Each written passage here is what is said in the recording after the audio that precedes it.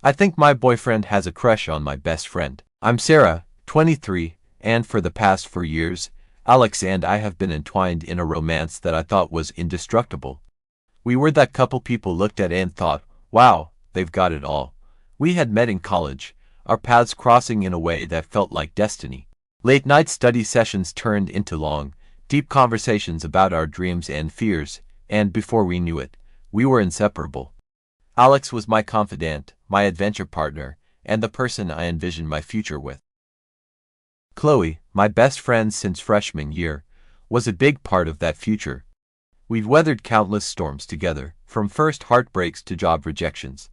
Chloe was the kind of friend who made life brighter just by being in it. With her infectious smile and her warm, caring nature, she was my rock. It seemed only natural to merge the two most important parts of my life, Alex and Chloe. The three of us became a trio, hanging out and enjoying each other's company. The first time I noticed something was off, we were at our favorite bar, a cozy spot downtown with dim lighting and a jukebox that played all our favorite songs. We were celebrating a small victory of mine. I'd just landed a new project at work. I excused myself to the restroom, leaving Alex and Chloe at the bar. When I returned, I saw them leaning in close, laughing at something I couldn't hear. There was a spark in their eyes that made my heart sink. It wasn't just friendliness, it was something more. I felt a pang of jealousy but brushed it off, telling myself I was being ridiculous. They were just friends, right?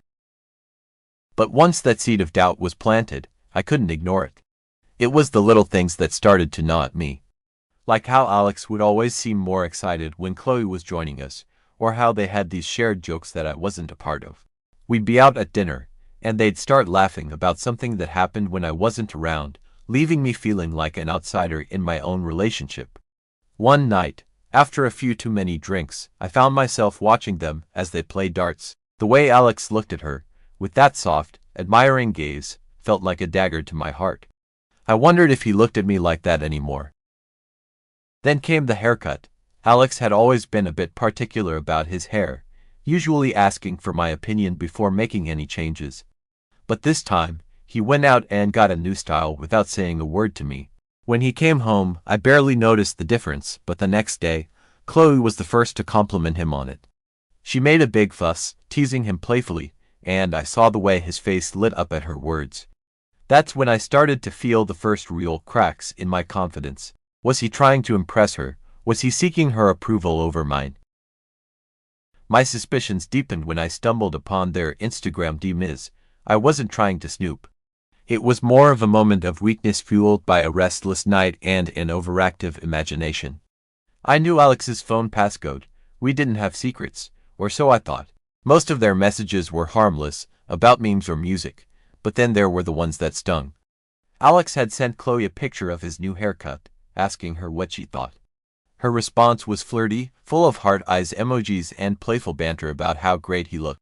There was another message where Chloe mentioned feeling insecure about her weight, and Alex's reply was full of support and encouragement, almost tender. It felt too intimate. Why was he validating her in a way that felt like he was stepping into my role as her best friend? The turning point came at a house party with Alex's friends. We were in the kitchen, surrounded by laughter and the smell of pizza. I noticed Alex and Chloe in the corner, heads close together, sharing a laugh. It was a fleeting moment, but it felt like a punch to the gut. I couldn't take it anymore. I cornered one of Alex's friends, Mike, and asked if he thought there was something going on between Alex and Chloe. His face turned serious, and he mumbled something about not wanting to get involved. But his girlfriend, Jenny, wasn't as discreet. She nodded and said, "Yeah, they seem a little too close." My heart sank. It wasn't just in my head, other people saw it too. That night, lying next to Alex in bed, I felt more alone than ever. I couldn't sleep, my mind racing with doubts and insecurities. I wanted to confront him, to demand answers, but I was terrified of what I might hear. Instead, I lay there, staring at the ceiling, feeling the distance between us grow wider and wider. The next morning, Alex left to run some errands, and I seized the moment to call Chloe. My hands trembled as I dialed her number. When she picked up, her cheerful voice felt like a cruel joke. I tried to keep my voice steady as I told her how I felt, about the way she and Alex seemed to be getting closer, about the messages I'd seen. Chloe's response was immediate and full of remorse. She promised me that there was nothing going on, that she would back off, give us space. I wanted to believe her, but the seed of doubt had already taken root, spreading its tendrils through my mind. When Alex came home, I was ready. I confronted him, my voice trembling with a mix of anger and fear. I told him about my suspicions, about how I felt like he was more interested in Chloe than in me. Alex looked shocked, his face a mask of guilt and confusion. He swore up and down that there was nothing between him and Chloe, that he loved me and only me. He said he'd stop hanging out with her if that's what I wanted. His words were earnest, and I could see the sincerity in his eyes, but my heart was heavy with doubt. Over the next few weeks, Alex made an effort to reassure me. He stopped inviting Chloe to our hangouts and focused on spending more time with me. We went on dates, talked more, and tried to rebuild the connection that felt like it was slipping away. Chloe also kept her distance, respecting my need for space, but the shadow of doubt lingered. Every time Alex's phone buzzed, my heart would skip a beat, wondering if it was Chloe. Every time he mentioned her name, I felt a pang of jealousy. Despite Alex's reassurances and Chloe's promises, the doubt festered. One evening, as we sat together in our apartment, I couldn't hold it in any longer. I broke down, tears streaming down my face, and told Alex how I felt. I told him that I loved him, but that I couldn't keep living with this constant fear, this gnawing anxiety that was eating away at me. Alex held me close, his own eyes brimming with tears, and promised me that he would do whatever it took to make things right. We talked for hours, about our fears, our insecurities, and our love for each other. In the weeks that followed, we took steps to heal our relationship. We went to couples therapy, where we learned to communicate better, to understand each other's needs and fears. It was hard work, and there were moments when I wondered if it was worth it. But slowly, we began to rebuild our trust. Alex became more open, more transparent. He made an effort to include me in his life in a way that made me feel secure. We started to find a new rhythm, a new kind of intimacy that was deeper, more honest. Chloe and I also had a heart-to-heart. She apologized again, tears in her eyes, and assured me that she never intended to come between Alex and me. We worked on rebuilding our friendship, though it was never quite the same.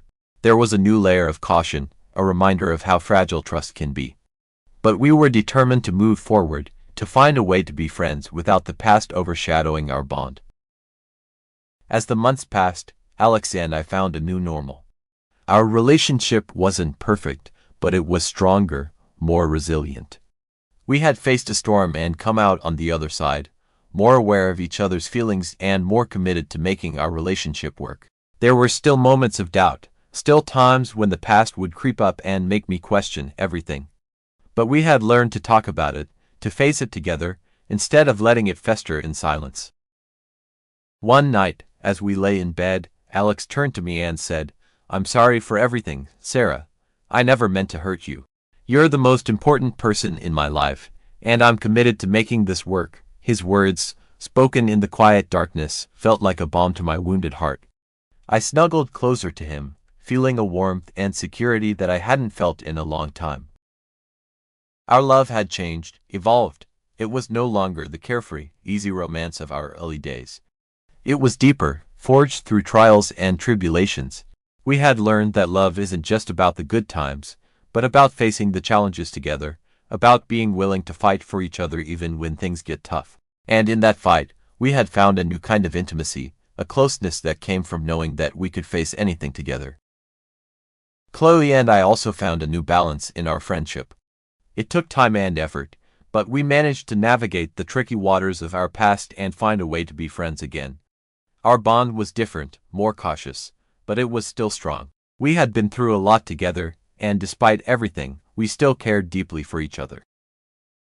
Looking back, I realized that this experience, as painful as it was, had taught me a lot about love, trust, and friendship.